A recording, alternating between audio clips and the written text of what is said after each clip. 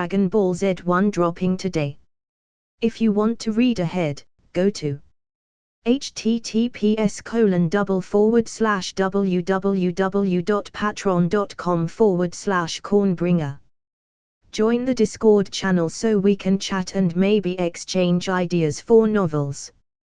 https://discord.gg/8474223b. I had melted the snow around me, the how. It was still unclear for me, did the God of Light gave me more than I thought he did? I was certain I didn't have any fire-related powers before. Shaking my head, I decided to focus on that later. I had to start mobilizing for the first war at hand. While my main enemy was certainly not what I had expected, the plan was still the same. I had to unite the 7 kingdoms, and fight the Forsaken with the living as one. And if I really did have a new power I wasn't aware of, I would learn to control it along the way. My King John ran up to me, with a worried expression. You shouldn't be out here without any guards. I didn't know if felt insulted by that comment or flattered he already cared this much for me, maybe a bit of both, but for his sake, I will feel flattered. It all right, John, I chuckled. I just needed to blow off some steam, literally. I suppose that phrase isn't metaphorical with me anymore. Well, that's if I learned to replicate whatever I did today. Father wants to discuss our approach in the war, John informed me. Sure, lead the way, Lord Targaryen, I nodded, making John uncomfortable, and I can't blame him. All his life he thought himself to be a bastard, and now he is being forced into nobility. I still don't think it's wise to waste such title on me, John muttered, his head down. Stop selling yourself short, John, I sighed. You are an amazing guy, with a heart of gold, and considering how the 90% of people in this world is, you should feel worthy of that seat. For real. Do you really think people like Tywin deserve to rule? Yes, he is smart and very good at what he does, but he is also a piece of shit that would do anything and sacrifice to win. People like Ned and you are very, very rare. I don't think I'm worthy, but I will do my best. John smiled a bit less depressed. I suppose my words helped him a bit.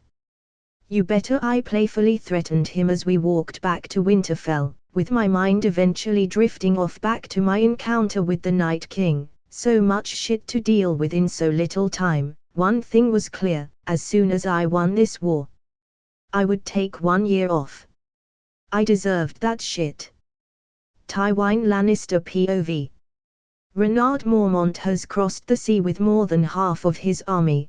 This was beneficial for us, with the Tyrells in our side and with Renard bringing just a part of his army. We had an army roughly the same size as Renard's. Which meant things would play out depending on our strategy, and while I admit Renard is possibly one of the best players of the game I had faced in decades, I was still better. I had experience. This wasn't my first war, nor it would be my last one. Father, Lady Olenna wants to discuss the wedding arrangements with you, Tyrion said, announcing his presence. The old rose, all she wants to do is waste my time, I sighed. Olenna was an annoying necessity for now, but if she thought I would indulge her because of that, she was utterly wrong. Well, I will let Lady Olenna know you are busy, Tyrion sighed. How is your sister taking all this? I inquired. Since the betrothal between Joffrey and Margaery was made, I haven't heard anything from her. She is against the idea of Lady Margaery and Joffrey marrying, Tyrion said, and frankly that information didn't surprise me at all. Sometimes I thought Cersei wanted for her children to die alone, that or she wanted to marry them. No one was ever good enough for them. It's a good thing her opinion is irrelevant for this decision. All my kids were a failure on their own way, stupid, reckless, naive, and immature. All I ever wanted to leave behind once I died was a legacy, something worth remembering and worth continuing, but that wasn't the case. I hadn't left anything behind worth continuing. If only Jaime would stop playing the idiot on shining armor, but there was still time. Time to change the pitifully disgusting legacy I had, and I would do it. I suppose, Tyrion nodded. Cersei Lannister POV. Queen you shall be, until there comes another, younger and more beautiful, to cast you down and take all that you hold dear. The prophecy of all my children dying. I had to stop it at any cost. The prophecy said a younger queen would cast me down, alongside my children. It was simple really. All I had to do was to avoid that date, was to kill any other queen and keep the crown. Margaery would have to die, for she aimed for the wrong position, and I would do anything to protect my children, anything. You seem tense, Jaime said, kissing me. Of course I am, my side. I'm the only one trying to protect our children. Jaime pouted for a second, before kissing one more time. Don't be like that, you know I love them. And would die for any of them. I smiled, I know. But I seriously doubt Joffrey marrying the Tyrell girl. Is that bad? Jaime laughed. Is not like he will die on his wedding night or something. Perhaps he will stop skinning cats alive and get a new hobby, fucking his wife. Jaime was lucky I loved him. He was so naive if he thought that wretched slut would live long enough to be called a queen. She is not worthy of Joffrey, I finally said. Let's face it, my lioness, no one will ever be worthy enough for you, Jaime laughed. Because no one is, I hissed at him. All right. It seems someone needs to release some stress, Jaime smiled, whispering into ear those words in a seductive manner, as he licked my ear. I volunteer for the task, my queen. Jaime, my other half, my good half, very well, I think you deserve some desert, I smirked at him. Where is the spider POV? Illyrio was dead, and Renard was here. What an unfortunate turn of events. If I had to take a guess, Renard discovered my plots to try and manipulate him to support the young Griff. And if I had any chance for dialogue, Illyrio destroyed it, with his idiotic plan to destroy Renard before he left Essos, and now with Illyrio gone, the young bear would aim his claws at me. And in the end, I had but two options, dying or helping him, because if he spread the news that I was the one that freed Lord Stark and helped him marry Daenerys, I would immediately get killed. He had me on checkmate. I had no idea if he knew this or not, or if he played knowing he would have me at his feet by the end of the game. But regardless of it, he had won, and for now I had to help him,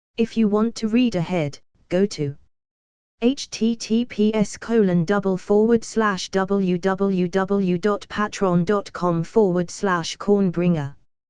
Join the Discord channel so we can chat and maybe exchange ideas for novels. https://discord.gg/8474423b. 3 weeks after my altercation with the Night King outside Winterfell, I decided it was time to start moving with my plans, with the first thing on the list being most of my army in the north. Dawn's army would be waiting for me close to the Frizz. The life of the old man Free was in the big scheme of things inconsequential. If he didn't piss me off by trying to charge me to pass through his castle to the other side, I would let him live. But I knew he would try and charge me. It wasn't a question of if, it was a question of how much. Well, I will deal with that when the time comes, I thought, as I discussed with Ned, John and Oberyn about how we would proceed. First I would have to deal with Stannis Baratheon. He was certainly a bump on my road that Tywin would use to weaken me down, so I had to play it smart, move with caution and strike without hesitation. After eliminating Stannis, erasing his sorry ass of the game once and for all, I would proceed with the next phase of my plan, economic destabilization. There were 3 main cores that kept the Lannisters in power. For one, until a few months ago they had the Iron Bank lending them money, but with the Iron Bank under my control they had lost that cow. The next key core was their reputation. The Lannisters were feared and respected among the houses of Westeros and the small people as the richest house in the Seven Kingdom, and while that was true at one point, it wasn't anymore. They were dirt poor now compared to other houses. Their gold mines had run dry years ago, reason why Tywin had been relying so much on the Iron Bank, but with the bank out of his hands, he was in a difficult situation. Fortunately for me, this was a core easy to destroy. All I had to do was spread rumors of them being poor, and little by little Tywin would lose hold of his reputation. That alone was enough to make his hold crumble, but I wanted to add a cherry on the top, a rumor to destabilize Tywin and his children. I would let the world know that Cersei is fucking her brother. I would spread the rumors far and wide, left and right, until every person in the kingdom knew of their relationship. While this fact was already known, making sure everybody knew it would shake their hold more, and would put in doubt the legitimacy of their rule even more. And last but not least, the last core keeping them in power was their allies. Well, one specifically. The Tyrells had recently joined the Lannisters, and I knew Tywin had them for more than their army or money. That man was smart, very smart. Because he had secured an alliance with the biggest food distributor in Westeros. Food was essential in war times. A well-fed kingdom doesn't rebel against their rulers. Tywin knew they needed the small people under control. Should they rise because they were starving, he would lose the war. The food was also essential to keep their army obeying them. A starving soldier will forget about their oaths and where their loyalties lie with. In short, Tywin needed the Tyrells more than he would care to admit. Destroying the Tyrells would destroy their house of cards, creating a domino effect of chaos and anarchy. No food, no money, and no legitimate rulers. If I played my cards right, I would have Tywin in checkmate. That is a terrifyingly good plan, Oberyn muttered with a smile, clearly surprised with how far I was thinking. It's quite the plan, Ned nodded, but I knew he wasn't exactly happy with my tactic of spreading up rumors, thinking it wasn't honorable. The faster we win this, the faster we can face the long night as one. John, like his father, didn't like the spreading rumors tactic but cared more about humanity than the honor of how we won. I just hope we don't have to eliminate the phrase. Ned sighed. I think he is plotting something, but what I don't know. All right, then he is definitely plotting something, Oberyn chuckled. How do you know? John inquired, as I laughed, knowing where Oberyn was going with this. Ned Stark is suspicious of a plot. Oberyn smirked. If he saw through that man. He was probably laughing like a cliché villain while rubbing his hands in an evil way or something. Ha ha, oh god, I laughed as I saw Lord Stark glare at Oberyn. Hey, no offense, is just the North is so pure, the South is. Well, you have to deal with 3 plots before breakfast on a slow day. Oberyn chuckled. I'm still not sure how Renard came to be so good seeing through them when he is from here. A gift that happens to be a curse, I sighed. With a northerner as a king, we might finally have a kingdom without plots, John added. That would be great, Ned smiled as he turned his gaze back to Oberyn. Keeping the North pure, as you called it, is my intention. The South is nothing but corruption. On that, we can agree, Oberyn conceded. Well, let's rest today, we are leaving tomorrow, I announced, getting a chorus of eyes on the table. Daenerys POV. Yunkai, the city I was currently attacking, also known as the Yellow City, it's one of the most prominent slaver cities on the eastern coast of Slavers Bay in Essos. But they stood no chance, their pitiful defenses would crumble under my fist, and I would claim the city sooner or later. The city was ruled by the wise masters. Unlike Astapa, where they mainly sell soldiers, Yunkai's main export is bed slaves, also known as sex slaves, which left them to buy their defenses, that at the moment were around 5,000 sellsword soldiers. Compared to my 40,000 soldier army and 2 dragons, they stood no chance. Crow and Rorigal were almost big enough to be mounted, nothing would stand in our way. Renard would conquer the 7 kingdoms, while I would finish what he started in Essos, because we would do anything to ensure our children had no enemies. Missandei, pass me the towel. I was taking a relaxing bath with my babies, but it was time to get out, but something was wrong. Melisandre never takes this long to reply. Missandei. I must apologize, my queen. Missandei came with the towel, but yours bears have captured a man trying to sneak here. Who would be so stupid as to try and sneak into my bathroom, when I'm taking a bath with my babies? Who? His name is Dario Naharis, Missandei answered. Taking a deep breath, I ordered 2 of my servants to dress the babies and take them to the nursery that was filled with bears and ravens, that would die to protect them, and in the meantime I would deal with this sad attempt of an assassination. I stood in front of Dario, who had scratches on his abdomen and back. The bears really did a number on him. What are you doing here? No, let me rephrase that. Did you really think you could kill me? Oh dear Lord, no, Dario chuckled. If you open my bag you'll see I came here in peace. Then again, I should have just sent a raven. This happened to me because I wanted to surprise everyone. His bag, well, I suppose I could indulge that stupid request. Someone open his bag. I will, my queen, Jorah said, taking the bag, and opening it. His surprised expression told me that what he saw wasn't something he expected. What is it? I inquired. He brought the other captains with him, my queen, Jorah answered. Their heads, to be precise, Dario chuckled. I'm not a stupid man. I know I can't beat you, and frankly your cause is not that bad, so I killed the other 2 that didn't want to support your cause. I see, but you still tried to sneak into my chambers, where me and my children were taking a bath. I smiled coldly. For today, sleep on a cell, Perhaps tomorrow I will feel generous and let you bend the knee, or I might still be angry, and demand your head, who knows? So take this time and pray to your gods." With that I left the room, leaving a slightly shocked and amused Dario behind. Comment. 33 comments. Vote. Chapter 93, Chapter 90. Author note: are you? If you want to read up to 15 chaps ahead, go to https://www.patreon.com/cornbringer. Join the Discord channel so we can chat and maybe exchange ideas for novels.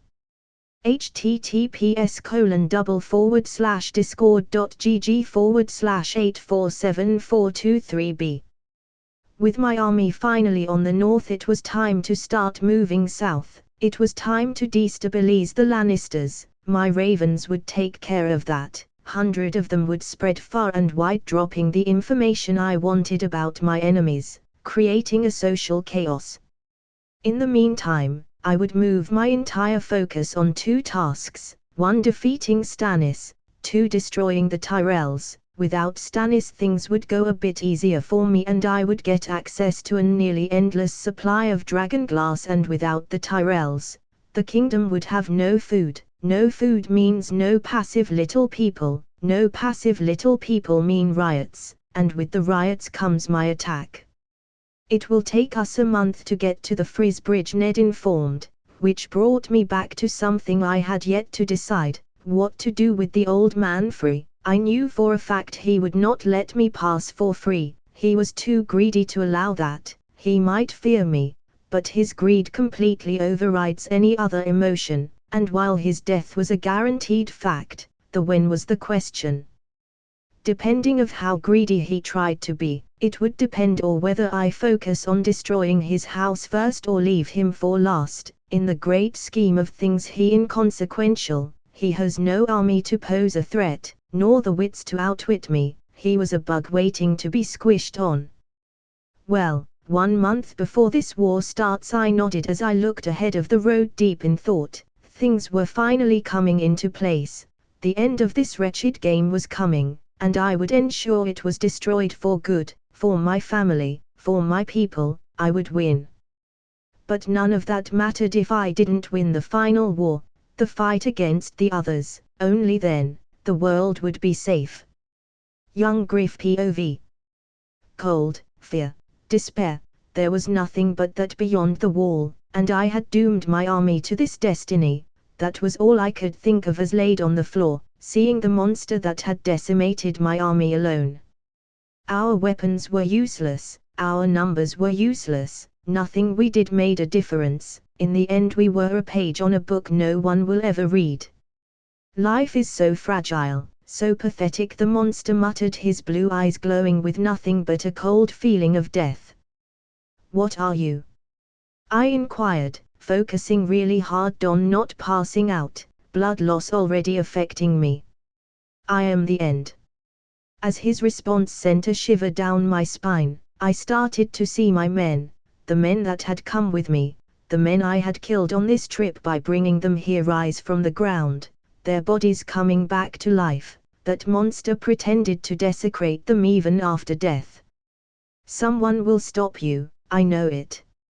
I chuckled as I felt my life starting to slowly fade away. I'm not the prince that was promised, that much is for sure now, but the real one will end this darkness. Light, so pathetic. Light thinks it travels faster than anything, but it is wrong. No matter how fast light travels, it finds the darkness has always got there first, and is waiting for it, the monster said with a cold, chilling tone as he approached me. Before light, before life, before creation, before everything, there was nothing but darkness, and I will bring back the world to its original state. Now begone, fake dragon. With that the monster stabbed my heart, and as the pain spread through my body I felt a cold, chilling sensation taking over, and I knew he was going to do the same he did with my men. Fuck you, I muttered with my last breath of freedom, with my last breath as a living man. Tywin Lannister POV. Renaud and Stannis, the last two contenders for the throne. Renaud represented a bigger threat in a military point of view, but on the other hand Stannis had the bigger claim. If I killed one, the other would rise from the ashes stronger. Why aren't we destroying them? Cersei inquired angrily, sitting beside Tyrion much to her dismay. The opportunity of defeating our enemies will be provided by the enemy itself, I said calmly. We are lions, we hunt, and to hunt means we wait for the right moment to strike, not a moment after, not a moment before. So we do nothing. Cersei growled, they are trying to take our throne and we do nothing. Behave, or I will remind you why you fear me, child, I said with a cold glare that shut the idiot of a daughter I have. All warfare is based on deception. Hence why when able to attack, we must seem unable. When moving our forces, we must seem defeated. When we are near, we must make the enemy believe we are far away, and when far away, we must make them believe we are near, and when they expect us to attack like now, we must bide our time and strike when they least expect it. So shut your mouth and let me do what I do best.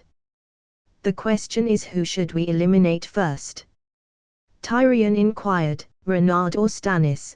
They both represent a threat, but one has dragons. When the opportunity to attack arises, I will let you know, I informed Tyrion. For now we had to plan every aspect of this war, from how to kill their soldiers to how to kill a dragon. Only then we would move. Peter Baelish POV. Renaud Mormont, a brat that had outgrown everyone's expectations. He went from a small lord to the biggest threat to the Iron Throne, and all honesty I would ally myself with him. If it wasn't for the fact that Ned Stark on his side, I would die very fast. I betrayed him, but who would have known all this would happen? Too bad. Killing Renaud and marrying his queen and finally becoming king would be considerably easier than dealing with the Lannister. God knows Cersei would eat me alive. So unfortunately for Renaud, I couldn't use him, and he would have to die because of it. With the Frizz on my side, I would eliminate that thorn on my plans and kill him. My plan was simple. The Frizz would invite Renaud and his small council to dinner, and because the guest rulers forbade them from bringing weapons inside another's house, they would be defenseless. Then the Frizz would strike, killing them. Happy ending for all. I can't wait for that old wolf and stupid bear to die, I chuckled. Too bad the Frizz will have to kill Oberyn too. The Martells will not be happy. *HRMMMM. An idiot he is. Stop him we will. Yes, HRRM. Unbeknownst to Peter Baelish, an incredibly wise raven was spying on him, and knew all about his plans. Walder Free POV. Peter Baelish had offered me something I couldn't resist: money, power and lands. And I would follow our plan unless the young bear offered me something better. I had grandkids, and he had a son and a daughter. If he agreed to marry my grandkids to his children, I would help him. After all, a Free would rule if that happened. But if he didn't accept my proposal, he would die and his crusade would come to an end. I hope for his sake he accepts. But either way I would get what I want. I always do, and always will. Prepare a feast. The young bear is coming and we must be ready, I smiled, ordering my men to be ready to join him or kill him. Comment. 36 comments. Vote. Chapter 94, Chapter 91. Author note: if you want to read up to 15 chaps ahead, go to https://www.patreon.com/cornbringer. Join the Discord channel so we can chat and maybe exchange ideas for novels.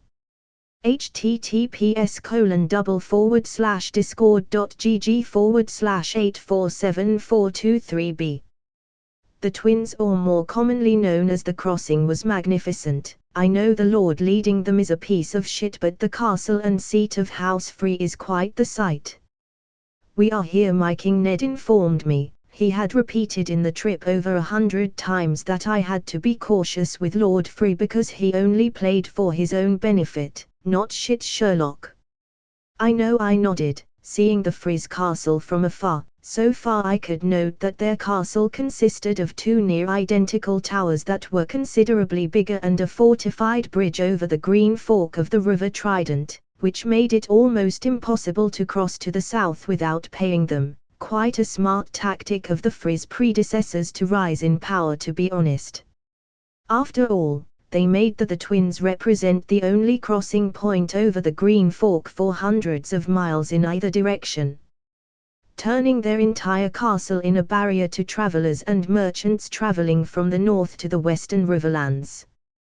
And while you can go around, it would be quite the trip. Moving from one point to the other while avoiding the twins would require an absurdly lengthy detour of hundreds of miles to the south, or hazardously traversing the bogs and swamps of the neck to the north. Like I said, the Free that had this idea was a genius. Too bad that what it took 3 generations to build in 600 years would fall under my iron fist. The Frees were unfortunately for them unimportant and brought more problems than helped, so I would have to erase them from the nobles' houses. It seems they were waiting for, intriguing. Oberyn smiled, as I turned my attention to the gates, and like Oberyn said, it seems they knew I was coming and were expecting me, because a few men were coming out towards me in horses, Lord Free among them. I wonder what plot is cooking that old bastard, I chuckled. Well, whatever it is will end with him screaming and us laughing. Oberyn smiled, making me laugh, while Ned and John sighed in disapproval. I won't kill people for fun, but that doesn't mean that when they do deserve to be killed I won't enjoy it, I smirked as the self-righteous duo. Amen to that. Oberyn nodded. Lord Free had invited us to a feast, but requested we didn't bring our weapons. Sometimes I wonder, do I have a sign on my head that says I'm an idiot? Or something, like even without my knowledge of the Red Wedding I could still see through this shit, but what it was new was that he wanted to talk to me about alliance first. So if I had to take a wild guess, I would say he wanted to see if I could offer him something better that he had been offered, but unless he was looking for a slow death ending in decapitation and the total annihilation of his house, I had nothing to offer. My king, take a seat if you want, Walder Free said with a friendly tone. Impressive he can hide so well his motives. I suppose he has lived this long for a reason. I would rather not, I answered as I gave him a look demanding for him to say whatever he wanted to say so we could get this over with. Wine, my king. Joy Renford said with a weak tone. She was the wife of Walder Free. She was around my age, maybe younger, and was forced to marry an 80-year-old man. Her face of utter despair and defeat were more than enough to tell me she didn't like her life at all. Don't ask and do it, woman. Walder Free barked at her. I must apologize. All women are good for is to spread their legs and push babies out, and both require them to spread their legs. Ha ha, he laughed. The bastard laughed. I'm sure you must understand the feeling. Was this your plan? To infuriate me so much that I would unavoidably jump at you and rip out that head of yours apart with my bare hands? I growled. Indirectly he had insulted my wife and daughter, and then he tried to connect with me by thinking I understood his wretched mind, and ended up insulting my family directly. I would never do that, my king, Walder Free said as he motioned his guards to stick close to him. I just said women need to understand their place. Oh, please drop your weapons. If I wanted to hurt anyone here, I would have done so already. I smirked at the old man, and no, while it's true we differ in many things, everyone is capable of greatness regardless of your gender. I see it is a sensitive topic. Walder Free smiled, and then I realized he was testing how to push my buttons. Clever old man, but why poke a beast you can't possibly tame? What do you want for us to cross? Spit it out, old man, I don't have time to waste. I smirked at him, and considering your age, I would say time is a commodity, so don't waste it. This made Walder Free glare at me for a second, before he returned to his fake sweet old man. I suppose you are right. Very well, what I want is your son and daughter to marry one of my sons and daughters. It can be anyone, when they come to age, of course. I have one already baking with my newest wife. Wow, I chuckled. I had reached a point of anger. I wasn't angry anymore. This decrepit old walking corpse wanted to force my children to marry his disgusting, pathetic, vomit-provoking kin. I think it is a fair price for free passing. Walder Free smiled. Ha ha ha ha. I laughed as I tried to formulate what to say or do. This was a new level of idiotic boldness I was not prepared to deal with. You want, ha ha ha, to, oh God, I'm so angry, ha ha. I know my actions right now tell you otherwise, but I'm fucking boiling with anger, ha ha ha. I take that as a no then, Walder Free said, showing his real disgusting self for the first time. Abso-fucking-lutely, I growled, breaking the table between us in two with a punch. I won't force them to marry, and even if I did, it wouldn't be with your family. Walder Free stood silent for a second, impressed by my display of raw strength. Very well, I suppose if we can't do that, you can pay the toll. 1 million gold dragons for a year of passage sounds fair. Yes, I smiled, knowing full well that after this failure he was going back to his original plan, killing me on the feast. See you tomorrow at the feast. Walder Free smiled at me. I wouldn't miss a party like that, I smiled back. Oberyn Martell POV. When Renard had returned from his meeting with Lord Free, he was agitated. I had learned to read his body language, for safety reasons. Renard was possibly one of the best men to hang out with when he is happy, but angry he is a fucking natural disaster. I take it the old man pissed you off? I inquired, and Renard smiled at that, as he started to fill his round table of what had happened. Lord Free wanted to marry one of his sons and daughters to Renard's heirs, and our benevolent king rejected, and frankly, who wouldn't? That old bastard is nothing but trouble. But what made my night was that Renard's suspicions were right. His spy inside the castle had informed him that Lord Free would strike during the feast when we were unarmed, and that this meeting was to see if he could get a bigger slice of cake, and once he didn't get what he wanted, well, here we are.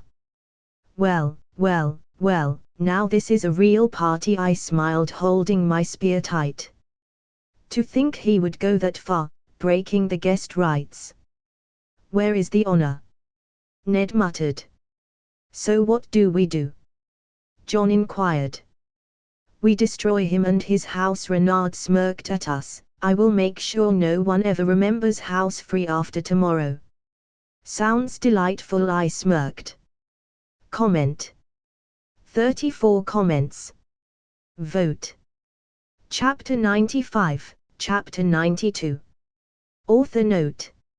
If you want to read up to 15 chaps ahead, go to https://www.patreon.com/cornbringer.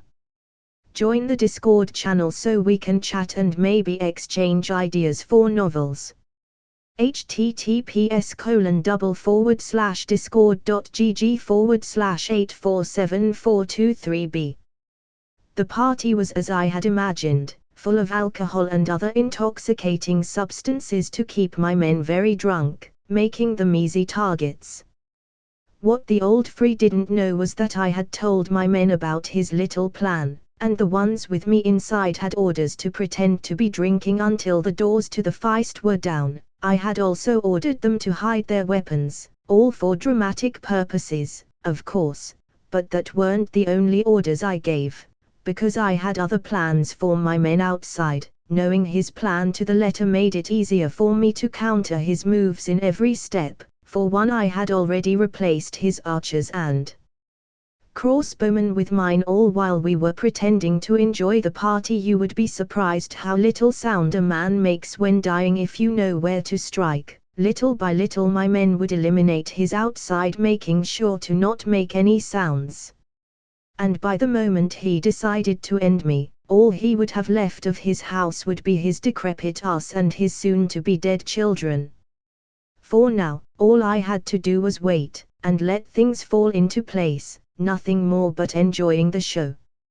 Your Grace, Walder Free said as he stood up his chair with a cup in his hand, making everybody take a seat except for the members of my round table, Ned, John, Oberyn, and of course myself. I feel I need to do something more to show my appreciation and support to your cause. I'm intrigued. Go on, I smiled, as I looked up, seeing the signal from one of my ravens that the men outside the castle were all dead. That was fast. Walder smiled as he signaled the little men he still had something. I've given you meat and wine and music, but I haven't shown you the hospitality you deserve. My king is too sad you didn't want to form a bridge with us, an alliance. Oh, I see what you did there, a bridge, ha ha, because your house sigil is a bridge, I chuckled. This either triggered the old man or made him see I was seeing through his plot all along. Kill them, Walder Free ordered, tired of my playful attitude. I might create another house after I kill yours, Raven House. I pondered as Oberyn jumped over the table, killing a man with a fucking fork. That guy sure is resourceful. Finally, Oberyn laughed, pulling 2 long daggers off. I don't know. Where is your honor?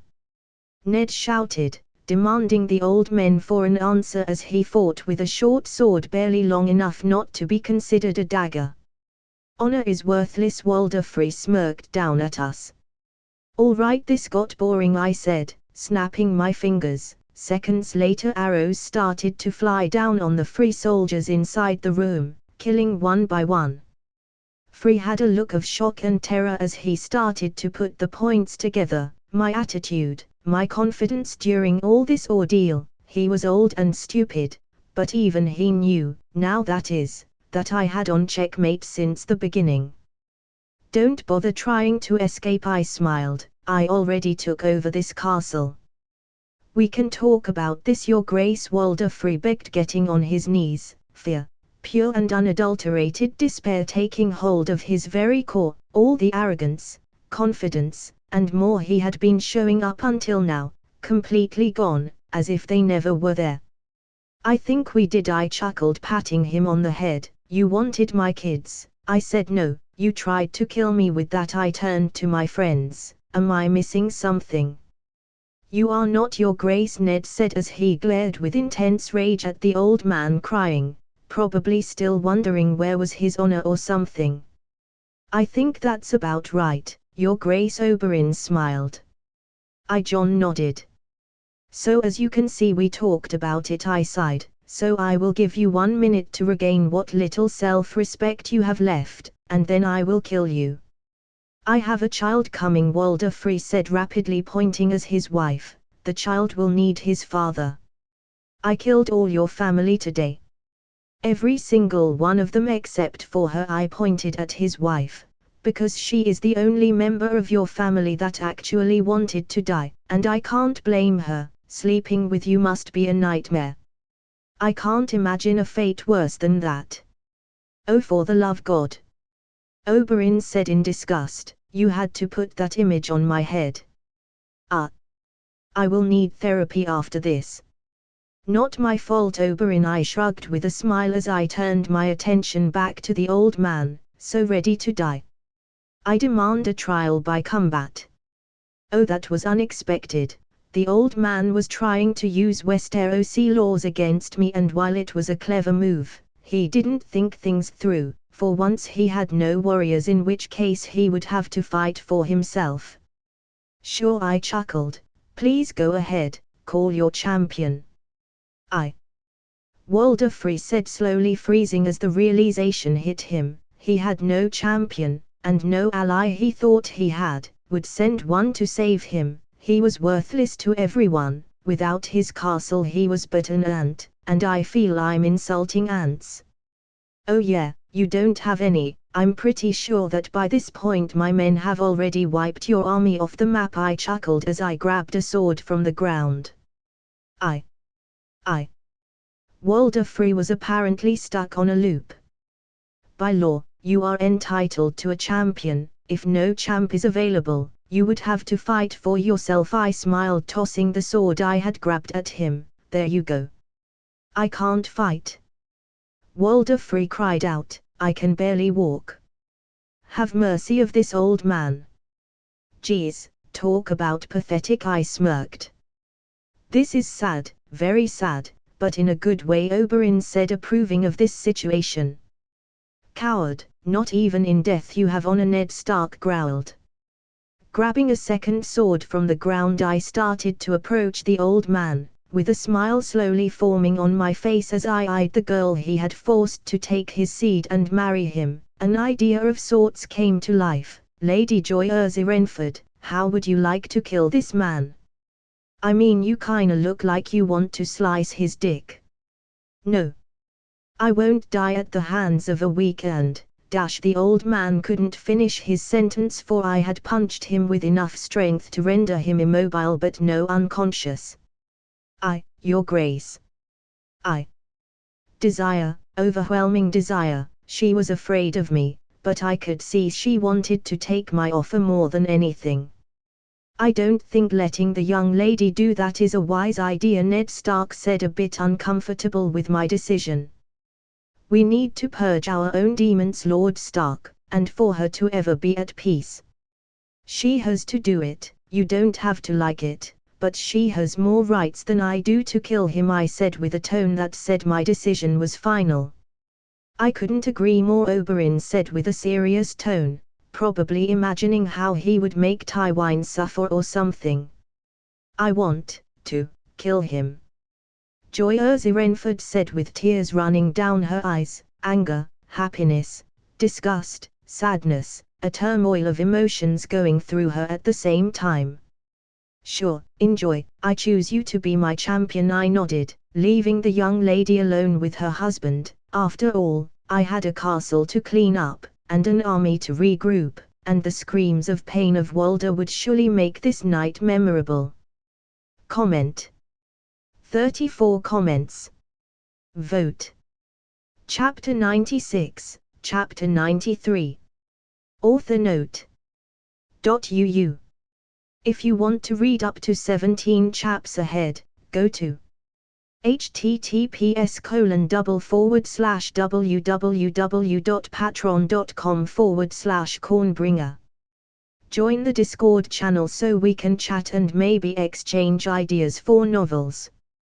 https://discord.gg/8474223b. The screams of pain that the last Free was letting out filled the castle walls for hours, making for quite the BGM. I had no idea what the lady did to him while he was alive, but it sure sounded painful, very painful. What I didn't take into account at all, was that once Walder died, the young lady Renford would decide to end her life, cutting her own throat. If I had to take a guess, I would say that the idea of being pregnant with that old bastard child was more than enough to drive her to a point of no return. At the very least she got the justice she so desperately wanted. Ned Stark was still a bit uncomfortable to say something with my decision, but I frankly didn't care about his narrowed views of reality. Sometimes justice is obscure and messy, not all justice is about honor or Superman shit. Besides, even if I had killed the old man myself, she would have still killed herself. At least this way she got to die with a smile on her face, or at the very least a sense of satisfaction. But taking all the killing of today aside for a second, I was kinda grateful with the Freys. After all, they had left me with a beautiful castle very close to the south that would prove to be quite beneficial once the war with the Lannisters starts.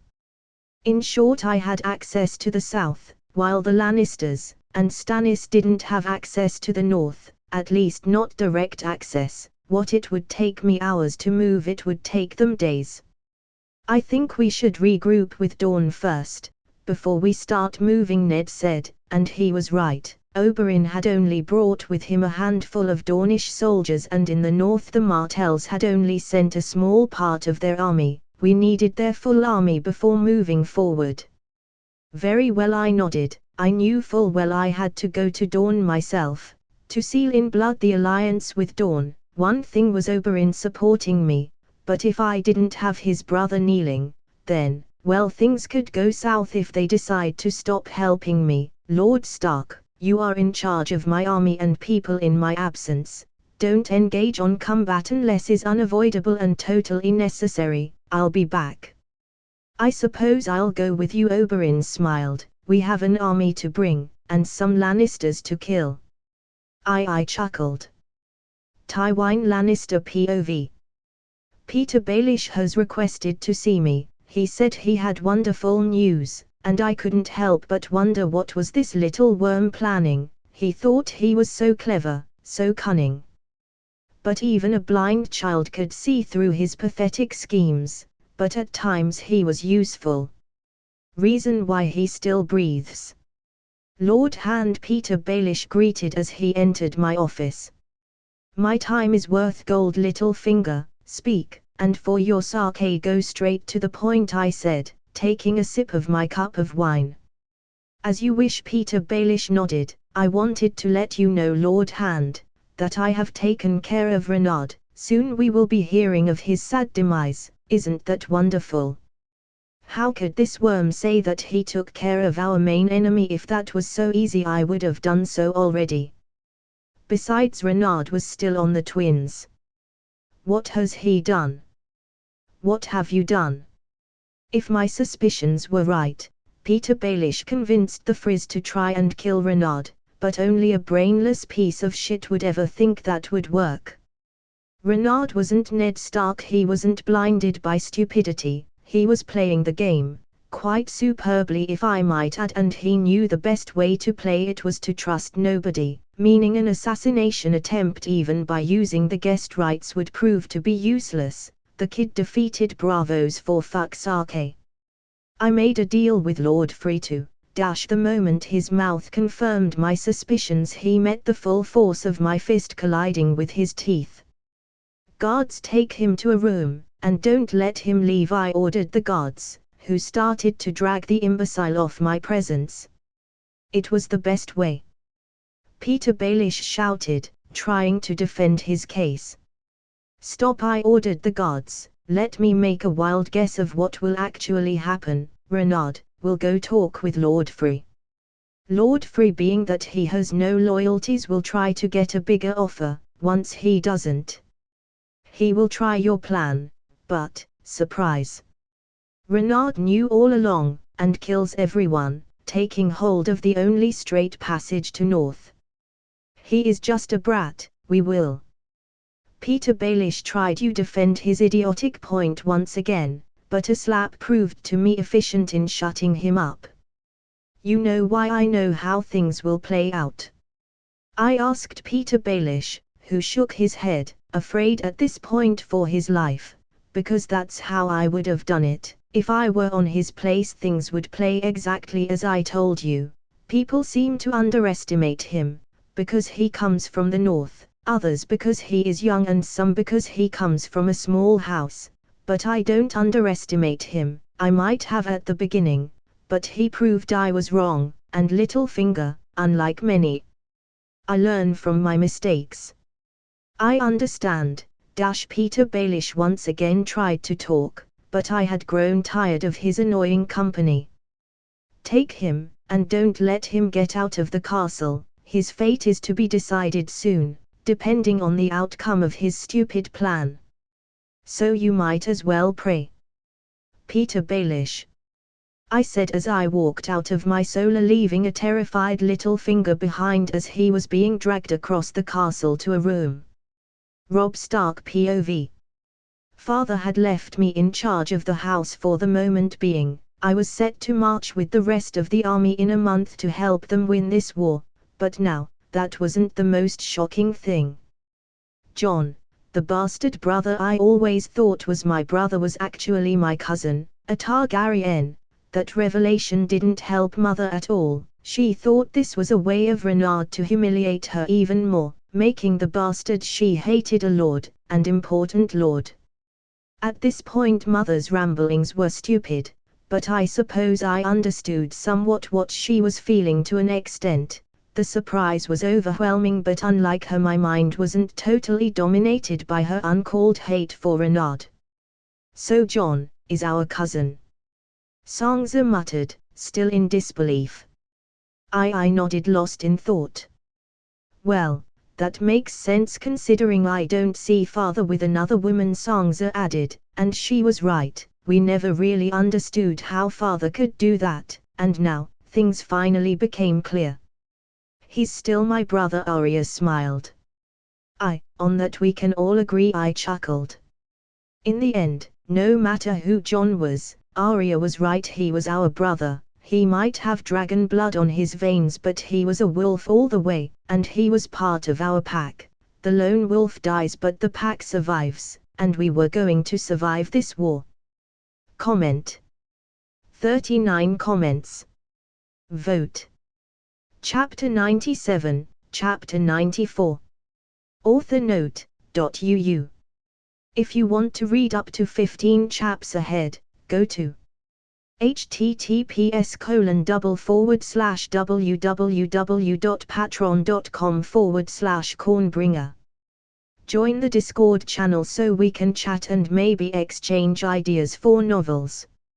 https://discord.gg/8474223b. I was finally in Dawn after a month of traveling. The Sun's Playground was the hottest region of Westeros, by a large margin. Their terrain was pretty rocky, with a lot of mountains, and sand, being the only desert on the continent. Not exactly my cup of tea. I hate this climate more than anything. It was suffocating, but it would have to do for now. Isn't it beautiful? Oberyn smiled. It's unique, I nodded. I didn't want to say no, simply because sand wasn't my thing.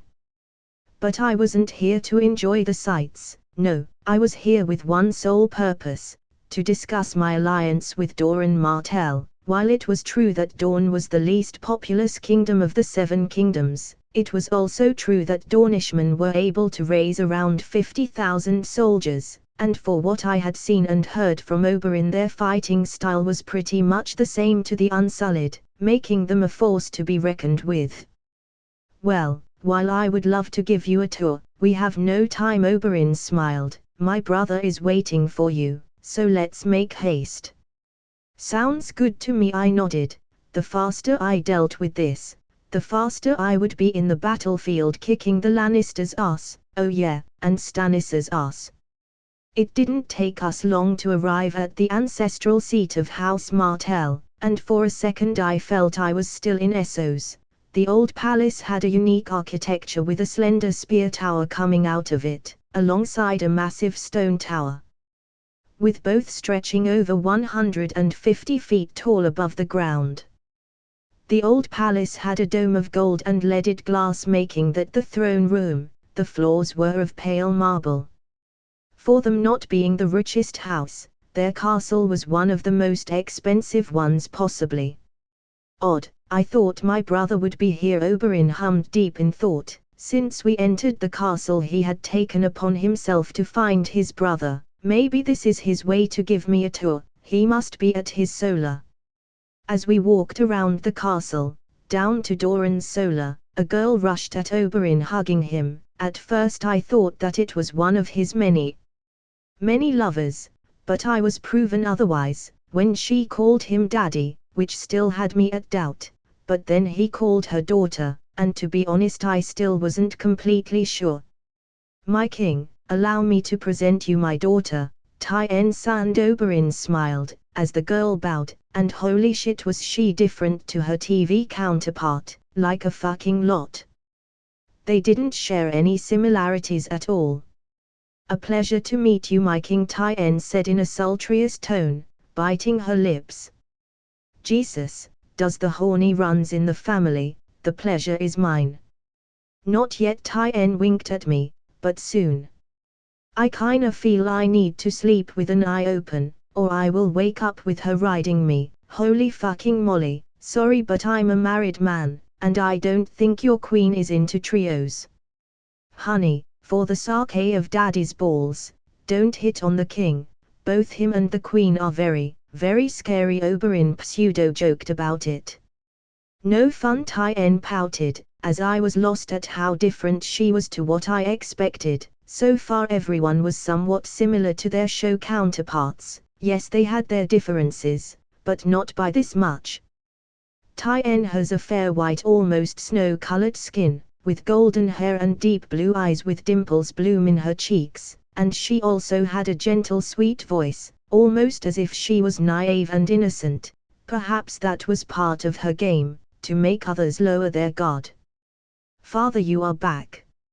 Another voice came into the scene. Turning around, I found a woman around 29 years old approaching Oberyn with a smile. Unlike Tien, this one was easy to recognize. While she was indeed different to what I had expected, she wasn't so massively different that I would miss the similarities. If I was right, she was Obera Sand. Obera. Oberyn hugged her, as Tien just kept on staring at me, with hungry eyes. Did you miss something? I inquired, raising an eyebrow at Tien, who simply giggled in return. My king. Obera bowed. I apologize for my sister, she can't control herself at times. I could see she had a hard, tough look, with well-defined muscles that screamed she had dedicated her life to the martial art way. She was a warrior in all accounts.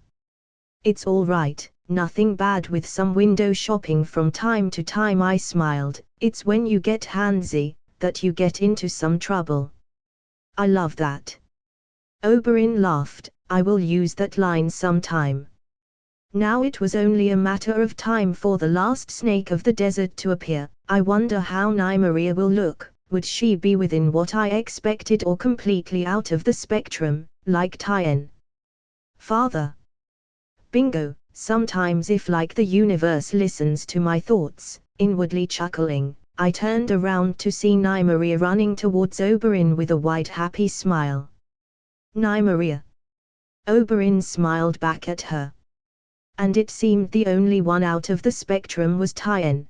Though Nymeria was considerably more attractive to her show counterpart, she had a nice figure, with straight black hair worn in a long braid which pulls back from a widow's peak. She had dark eyes which were large and lustrous, and her full lips were wine red and curve, making a silken smile. After she hugged the ever-living shit out of her father, she turned to me and bowed. My king. A pleasure to meet you, I smiled. We have heard great things about you. They say you are a great warrior. Nymeria smiled. Perhaps we could spar later. Allow me to stop you right there, Oberyn chuckled, looking at his daughters. While I have no doubt you three can beat any man, our king is no man. He is an untamed beast with unparalleled skill in combat, and when I say that is because I experienced firsthand how massively outskilled I was against him. I couldn't even touch him, and if I'm being honest, he can probably take on all of us, at the same time, without breaking a sweat. Well, Tien said, biting her lips. Impressive. Obera muttered. I suppose we can still learn from a defeat from him, Nymeria said, looking at me, with dare I say admiration. As much as I would love to kick your asses, I have someone to meet, I chuckled. So how about after my meeting we fight, you three and your father against me? That seems hardly fair, Nymeria said. For you that is, I chuckled. Sounds great, but the king is right. We have a meeting to attend to. Oberyn chuckled, leaving his daughters behind, as we walked to Doran's Martell Solar. The solar was like everything on this castle, incredibly expensive, with almost everything made out of gold or other precious gems. Fortunately for us, Doran was inside sitting as he was about to eat fruit that kinda looked like an orange. "My king, I would bow, but you can see I can't." Doran Martell greeted me. He looked considerably older than Oberyn, even though they weren't that apart. Maybe whatever disease he had was affecting his looks. "It's all right, you don't have to bow now, we first have a lot to discuss, don't you think?" Yes, we do, Doran smiled. Nick Fury Ravenicus POV. The same motherfucker that we had stolen the dragon horn had retrieved another one from the old city of Valyria.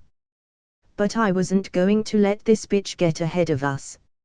Initiate bitch stranding plan now. I caught, ordering the Krakens to attack his ships. My plan was simple. After studying this motherfucker's routine, I had noticed he was always the last one to board the ships. With that in wing, I let all his men to board the ships so that the Krakens would strike them down.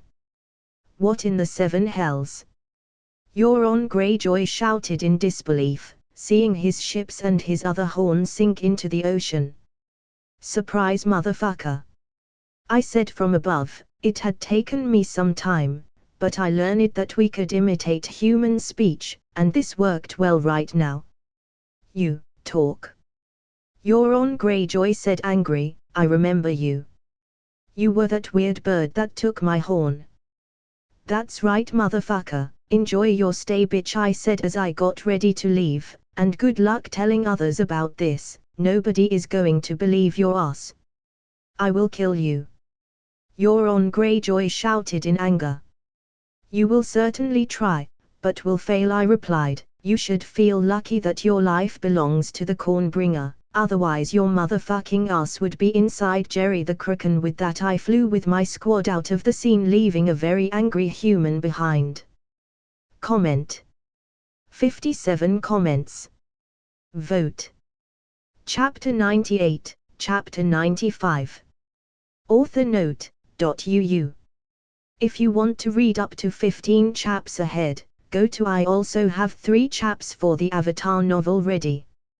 https://www.patreon.com/cornbringer. Join the Discord channel so we can chat and maybe exchange ideas for novels. https://discord.gg/8474223b. Sorry for the delay, I was stuck elsewhere xd, but good news, here you go, a chapter. While Oberyn was a good ally and friend, what I really needed was to see what Doran wanted. He was the head of the house, and his opinion and approval were the things that would provide me with the army I needed. "Your Grace, what I want is not big." Doran smiled softly. "What I really want will be barely an inconvenience for you. I want House Lannister and House Baratheon gone, out of the maps, out of the history." I knew Oberyn hated House Lannister, and while I knew they hated the Baratheons, I didn't know they were on the same level as the Lannisters on their hate list. "You want me to disband their houses?" I inquired. "Yes, I want every member of those 2 houses that survives to be nothing, bastards, beggars, whores. I want them gone out of sight." Doran smiled with hostility. "That was in general how I wanted things to be," I nodded. "I was already informed by Oberyn you wanted the main Lannisters for you to play, and I agreed to that. Anything else besides those 2 things?" "No, that's all we have ever wanted," Doran smiled.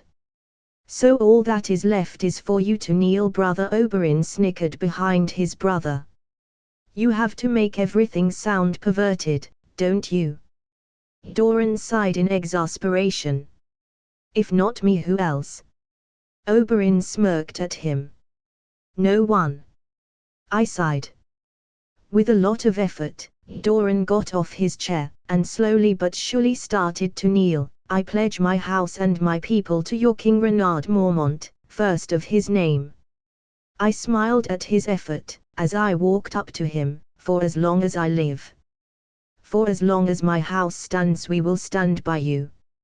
I gave the Lord a helping hand as I added, together we will bring upon our enemies the justice that has been denied to not only your house but the world.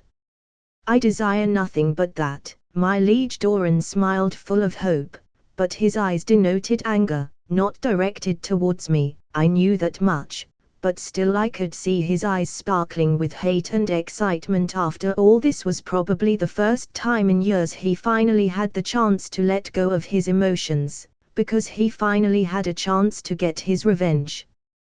Well, it seems Dawn is yours. Oberyn smiled. It seems it is, I nodded.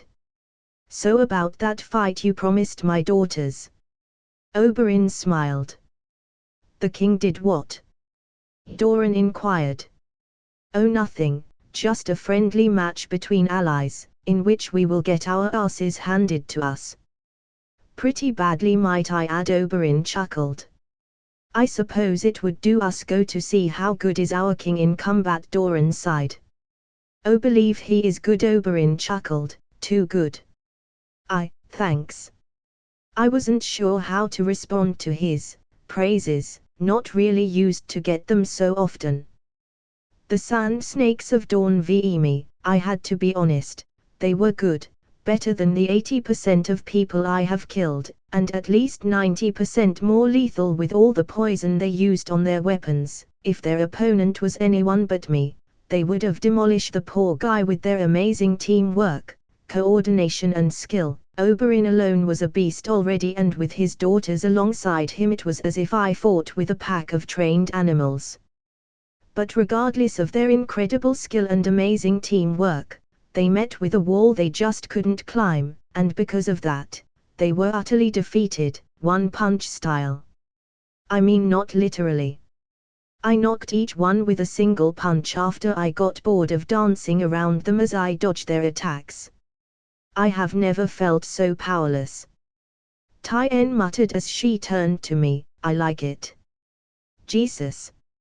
I can feel the moist from here, still married. Your skill as a warrior is outstanding. I can't wait to fight by your side and learn from you. Oberyn praised me. She had taken this defeat as an opportunity to learn from me. I'll be my pleasure. I chuckled at her enthusiasm. At first I thought father was overselling your skills, but even with all that praise he came up short. I feel like a child, trying to hit the sun. Nymeria chuckled from the ground. I'm glad beyond comprehension that you are on our side. Well, while I love winning, I think it's time we move an army to the south. I smiled, turning to Doran. Right. You are absolutely right, Doran said, getting out of his shock. It seems that the tales of my skills were considered among the population a tad over the top. Awesome, I smiled, deciding to try the local food while I waited for Doran to mobilize his army. Doran Martell POV. My opportunity for revenge, for retribution was finally here. I could already hear Tywin screaming in pain for me as I used his pain as a lullaby. The mere thought of seeing him suffer made my day, no, my life. And today was more than enough proof he was going to deliver them to me. His prowess in combat was inhuman, too perfect, too out of comprehension. He moved with such precision, with such grace, it was like he was born to fight. I had no idea if he would make a good king, and frankly I didn't care. The 7 kingdoms could burn for all I cared, as long as he did what he promised me, he would have my undying loyalty. And after that demonstration of power, I knew that he would. He was a breed for war, and for war he was going. I almost feel pity for the poor souls that will get on his way. Get ready, men, we are leaving for the south in a week. I commanded. We fight for our king, for the justice that had been denied to us. For the king. For Dawn. The soldiers chanted with one voice, with stomping the ground, making the very streets of Dawn shake ever so light. Ned Stark POV. Stannis was moving towards us, but why? He knew better than that. He was a war veteran. If he rushed at us, and tried to attack us while we were at the twins, he would lose. He had no chance against us, so why? Why would he commit such a stupid move? Did he had a secret plan, some kind of plot I was not seeing? It didn't matter, Renard had left me in charge, and I would stop whatever Stannis was planning, no matter what. We have to be ready for whatever Stannis is planning. Stannis was a very, very bad politician, but he was a good general. If he was moving, there was something I had yet to see. I have already ordered the archers to be ready. Jon nodded. Good, we will need them ready for when Stannis arrives. I nodded. Melisandre POV. My prince, my light, my master was here. It was time to end this once and for all. I had convinced Stannis that the God of Light wanted him to defeat Renard with just 5,000 men, and that he used the rest of his army to attack the Lannisters at the same time. At first he was reluctant and almost killed me, but I showed him the fire, a vision of Renard with the crown, but he didn't see Renard but himself on the throne, and that was all it took to push him to his own grave. Soon we'll be together, I smiled. I couldn't wait to be his tool, for war and pleasure. Comment. 30 comments. Vote. Chapter 99, Chapter 96. Author note, .uu. If you want to read up to 15 chaps ahead of this novel, or 4 chapters ahead of the Avatar novel, go to https://www.patreon.com/cornbringer. Join the Discord channel so we can chat and maybe exchange ideas for novels. https://discord.gg/8474223b. Tywin Lannister POV. Stannis was moving his entire army, or at least the majority of it, toward my house. Why and the how was beyond me. I knew Stannis was stupid, but this was a new low even for him. But it mattered very little. His move was stupid, and I would crush him down for it, and while we would lose some men, this victory would be worth it. Without Stannis on the game, I would be able to focus my entire self into erasing Renard off the map. This was the opening we needed to destroy Stannis. He had let himself wide open, and I would strike without hesitation, and if I had any luck, I would be able to absorb whatever Stannis leaves behind. Tell Jaime to be ready, we are marching home, I ordered my men, as I walked out of the war tent, wondering what brought this stupid move on Stannis' part. I knew since the beginning he would lose, but not like this. Something else was into play, but what? Stannis Baratheon POV. The crown, the throne, the 7 kingdoms, everything was finally within my grasp. That vision, the fire showed me a king, a brave king fighting against the others, a king that was loved, feared, and respected, and that king was me. Finally I would get what was rightfully mine and bring Westeros to an era of glory and peace. Melisandre, my trusty advisor, had showed me the will of the light, and I would obey, for I was the champion of the light, the paragon of justice. I was the chosen one, and as the chosen one I had to obey my God, for he had blessed me with his pure magnificence.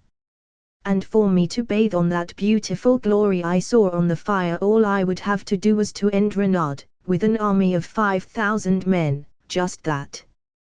At first I thought Melisandre was trying to kill me, but I was a fool to trust the emissary of my lord, my beautiful lord. She was but a messenger, and I had the audacity to strike her because I doubted her words, the words of my God. We will win, because the light is with us. I cried out with a smile on my face, because it was true. No matter how many soldiers they had, no matter how many walls they had, no matter how many allies they had, in the end it didn't matter, because they would fall. No man can stand against the will of a god, and I was the will of light incarnated in flesh and blood. Do not fear. The light is with us. My king. I don't think, well, I don't think this is the best idea. Davos muttered in a barely audible tone. The will of the light is absolute. Do not fear, Onion Knight. The light will protect you, I said as I glared at him, so stay silent and obey. As you wish, my king. Davos bowed as he left my sight. No matter how much my men thought I was crazy, it would be worth it. Soon, the world would be mine. Sir Davos Seaworth POV. She finally did it. That crazy wretch led Stannis into her same level. At first was tolerable, she didn't do much, burning the monuments to the Seven, that was fine, spreading the word of her religion, sure, why not? But then she decided to turn the crazy a few thousand notches above. Burning people. Kids. And here we are. Marching to our imminent death, 5,000 men against 8,000 men. Yeah, the God of Light was going to save us. He might as well burn us now and save Renard the trouble of cutting our heads. I suppose I should make peace with what is going to happen. I lived 40 long years, more than many, I had many kids, I did many things. Perhaps it was better to die here like a dog. The little lady will be sad, that's for sure, I muttered.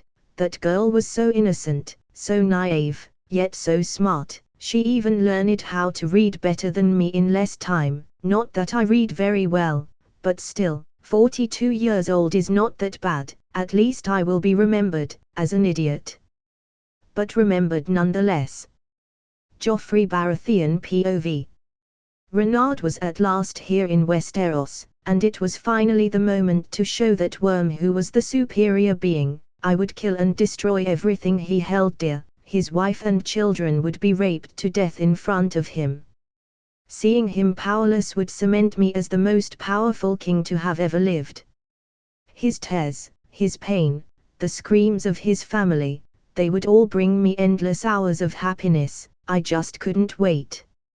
Soon, for now you'll do, I laughed, as I decided to focus for the moment on what I was doing, skinning one of the maids alive, while she wasn't Renard. Her screams of pain every time I broke some, or ripped something was the best. You should feel grateful, a king seems you're worthy of his time, whore. No, hold her down, I will take her left eye out.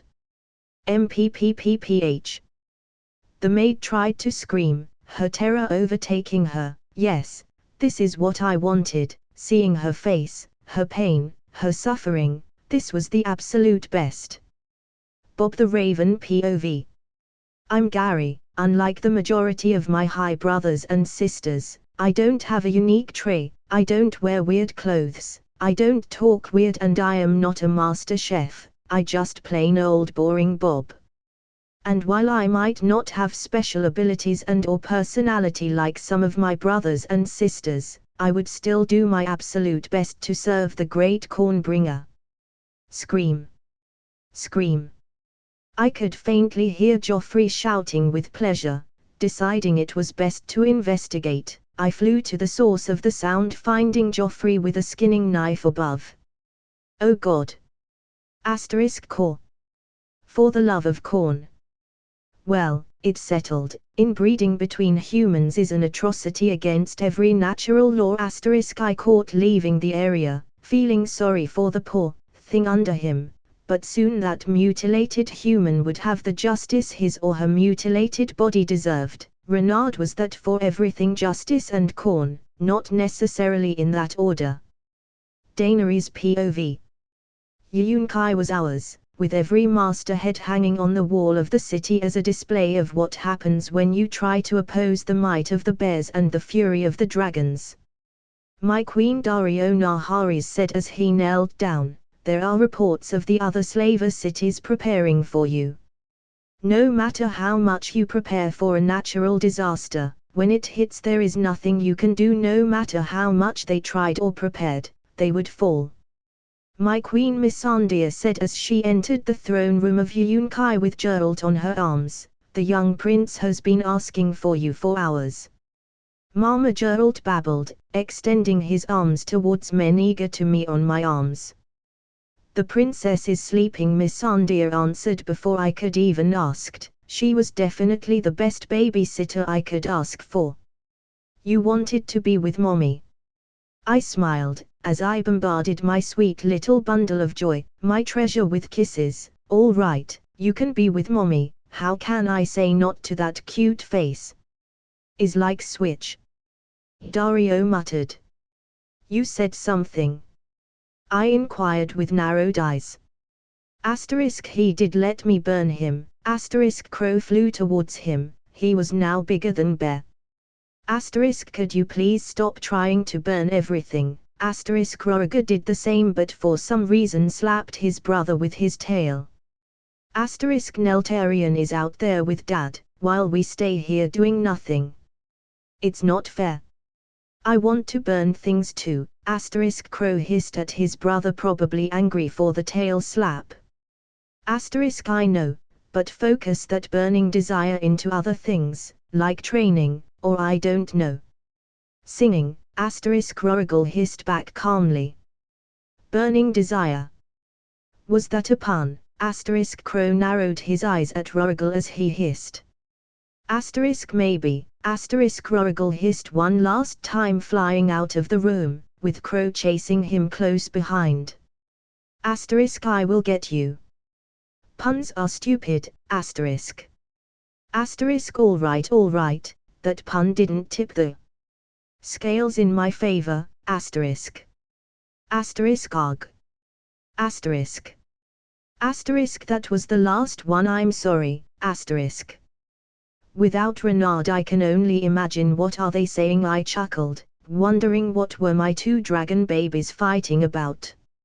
Asterisk all right, let's stop. I don't want this battle to drag on, asterisk. Asterisk, I will burn your balls, asterisk. Maybe wisdom beyond human understanding, or maybe just a playful game between brothers, no one would ever know. Comment. 36 comments. Vote. Chapter 100, Chapter 97. Author note, .uu. If you want to read up to 15 chaps ahead of this novel, or 4 chapters ahead of the Avatar novel, go to https://www.patreon.com/cornbringer. Join the Discord channel so we can chat and maybe exchange ideas for novels. https://discord.gg/8474223b. I woke up once again to the scorching sun of dawn. Today was the day we were supposed to leave this litter box Oberyn calls home. I have sand in places where sand should not be in any circumstances, but I had to be a good guest, but God I hate sand. My king, my father wants to see you, Tien said as she entered my room without knocking. One of the many reasons I wanted to leave this place, besides my powerful hate for the sand around, was that Tien was literally trying to get into my pants, like really trying, and usual methods to stop this shit didn't work because apparently she kinda liked that. The more aggressive I got letting her know I didn't want her, the more sexy I would become. Thanks, I'll be there in a min, I grumbled, wondering if breaking her arms would put a stop to her shenanigans, because not even Oberyn could. It's a pleasure, Tien said, biting her lips, as she approached me with a hungry look. Okay, I tried being vocal about it, but that didn't work, so I'll be physical with you. I smiled with no emotions behind the smile besides annoyance and a tad of anger. Try hitting on me again and I will snap your neck, is that clear? Tien smiled, Crystal, my king, and even after a threat the fucking crazy bitch was horny. What is wrong with these people?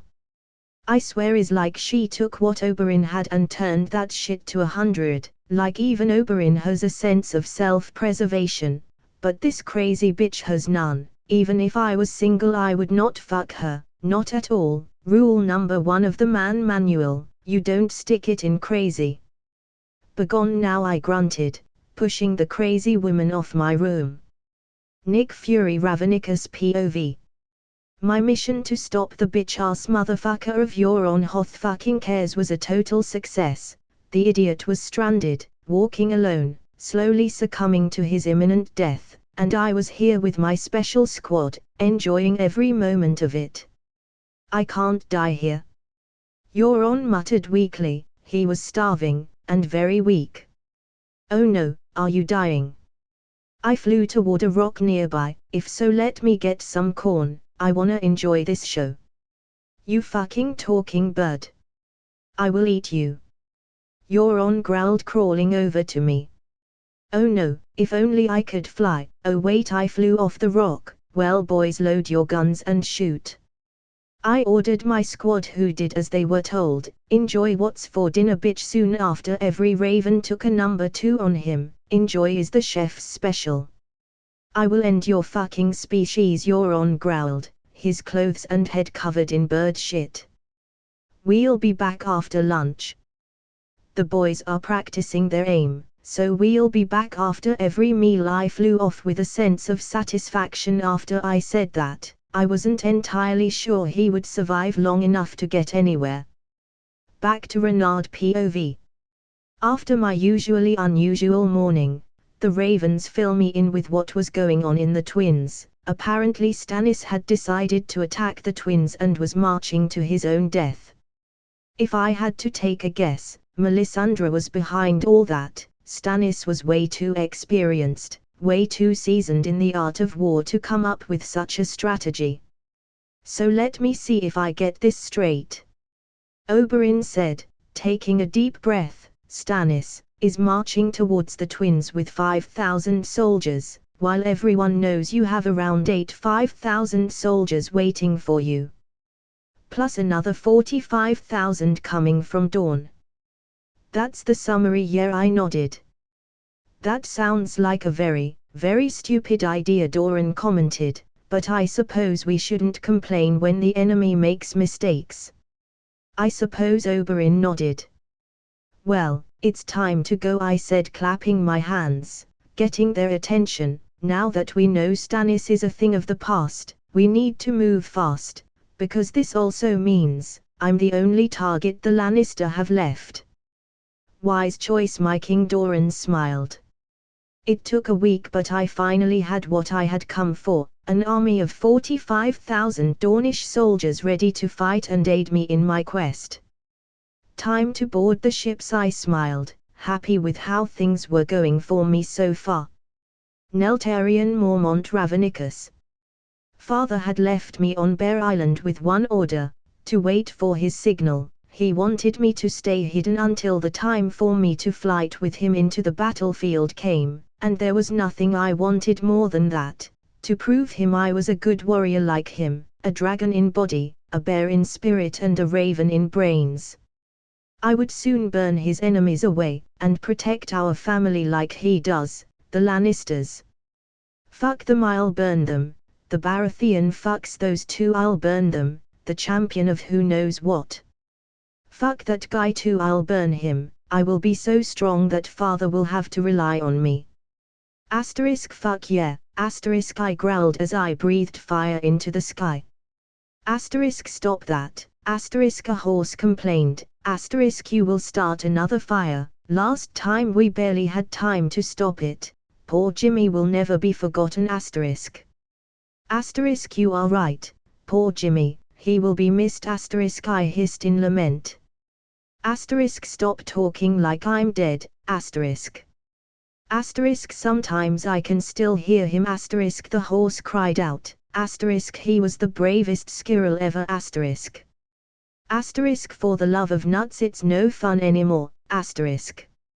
Asterisk, he was. Asterisk, I hissed in agreement, holding my laughter in. Asterisk, fuck you, overgrown lizard. Asterisk. Cersei Lannister POV. The truth about me and Jaime was spreading like a plague that couldn't be contained. People were starting to question more and more the legitimacy of Joffrey. The only thing that placated them was that they feared our house, rightfully so, but still, the whispers, the looks, everything I had worked so hard to mold was falling apart. But even all this was something I could deal with What I really feared was at some point father would start asking questions, and doubting my words. If he for a moment believed what those rumors said, he would kill us.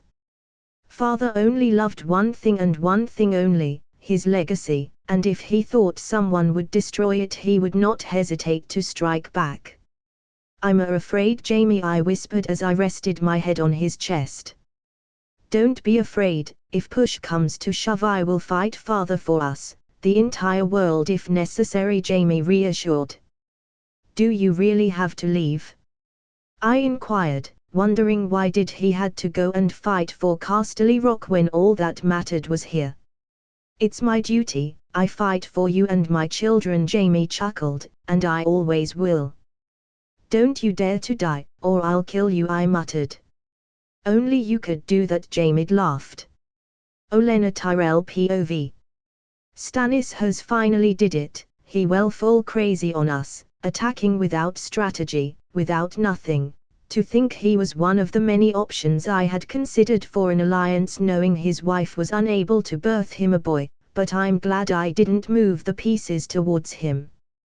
But I suppose I can respect his stupidity to some extent.